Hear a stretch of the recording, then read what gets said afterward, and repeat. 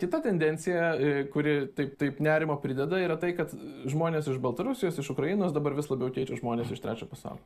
Tos iš Ukrainos sumažėjo pastaraisiais metais 8 tūkstančiai žmonių, iš Baltarusijos sumažėjo 14 tūkstančių žmonių, iš Rusijos, kas iš vis aš nelabai suprantu, kaip tai yra įmanoma, bet sumažėjo 2 tūkstančiai žmonių.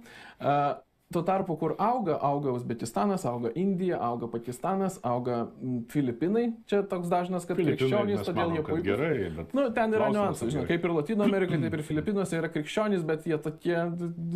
Meksikos karteliai irgi yra krikščioniški, galima sakyti. Tai religija, iš vis sekuliarėjančiam pasaulyje, religija vis mažiau veiksnys, išskyrus islamą, kuris nesekuliarėja.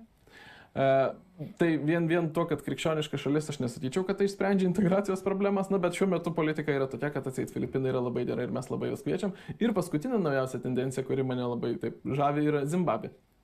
Nuo 40 žmonių per metus iki virš 1000 žmonių. Skaičius dar nedidelis, bet tendencija. Mes proaktyviai labai kviečiam.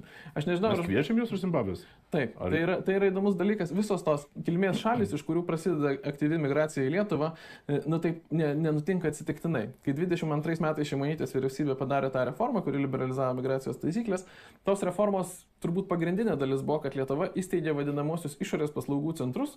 Tai yra iš privataus subjekto trečioji šaly, berods Jungtinės Arabų Emiratuose gal registruoto, Vidaus reikalų ministerija perka paslaugą, kad ten yra atidarytos tokios atstovybės, kurios perėmė iš diplomatinių atstovybių funkciją, kad tu ten gali ateiti ir susitvarkyti visus dokumentus vietoje ir prieš vykdamas į Lietuvą tu jau esi legaliai ten gavęs leidimą gyventi ir dirbti.